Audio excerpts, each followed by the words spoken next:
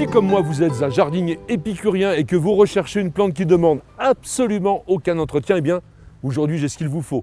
La valériane rouge, c'est le Centranthus rubers pour les botanistes, une plante vraiment magnifique, sauvage, légère. Je vous invite à la découvrir tout de suite. Et voilà notre valériane rouge. Elle a été nommée Centranthus rubers en 1805 par un botaniste suisse, je devrais dire plutôt genevois, Augustin Pyrame de Candolle. C'était vraiment une sommité de l'époque.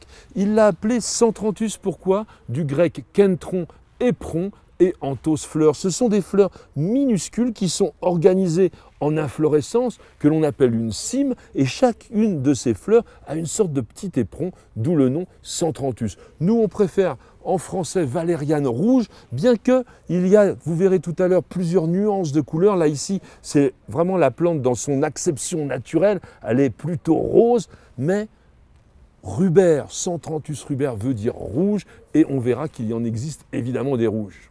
Donc là, on a la forme rouge du Centranthus rubers, mais qui est plutôt une forme horticole d'ailleurs.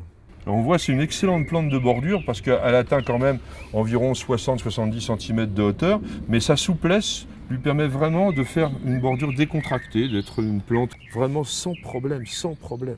Une des particularités de notre valériane rouge, c'est sa feuille. La feuille que l'on appelle engainante, c'est-à-dire qu'elle vient complètement entourer la tige, comme cela, ça fait une sorte de petit creux qui peut éventuellement garder l'eau de pluie, mais c'est une plante qui est extrêmement résistante à la sécheresse, mais surtout ça lui donne une forme vraiment très étonnante avec des feuilles au départ opposées, puis qui petit à petit viennent comme ça complètement enserrer la tige, donc la feuille engainante. Centranthus rubers est une plante vivace, donc qui revient chaque année. La souche est relativement ligneuse, donc solide. C'est une plante absolument sans problème, ça pousse dans tous les types de sols. On en voit même directement dans les murs en Bretagne.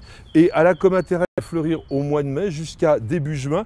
Et ici, on a vraiment l'archétype d'un massif réussi. On a des feuilles qui deviendront des fleurs absolument sublimes à l'automne. Ce sont des anémones du Japon. Il y a aussi pour l'automne un sédum qui va attirer les papillons. Et puis là, on a vraiment le contraste de couleurs avec Aegopodium podagraria. C'est impossible à dire, mais c'est quand même comme cela. Et donc, voilà le contraste vraiment très joli. Et puis, quand on n'est pas complètement au soleil, eh bien, on peut y ajouter une petite note de fougère. Et ça, c'est une bonne idée. Donc, il y a une forme horticole, donc un cultivar, que l'on appelle Centranthus rubers alba, qui a une fleur blanche, et c'est vraiment très joli en association avec la rose. Voilà, ça fait vraiment un joli contraste. Les valérianes rouges s'associent parfaitement avec toutes les vivaces. On voit par exemple ici des campanules bleues ou blanches qui font un mélange très naturel, très décontracté, très dansant au milieu d'un jardin. C'est quelque chose de sublime. Et n'oubliez pas, la valériane, elle, va se propager dans votre jardin de façon spontanée. Il y a, encore une fois, je le répète, rien à faire. C'est la plante absolument parfaite pour le jardinier paresseux.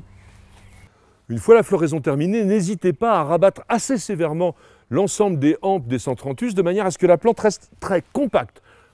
Et puis, petit conseil de jardinier, n'oubliez pas de la planter dans un sol extrêmement drainant. Ça n'aime pas du tout l'eau, ça résiste très bien à la sécheresse. Et un petit peu de calcaire, ça ne lui fera pas de mal.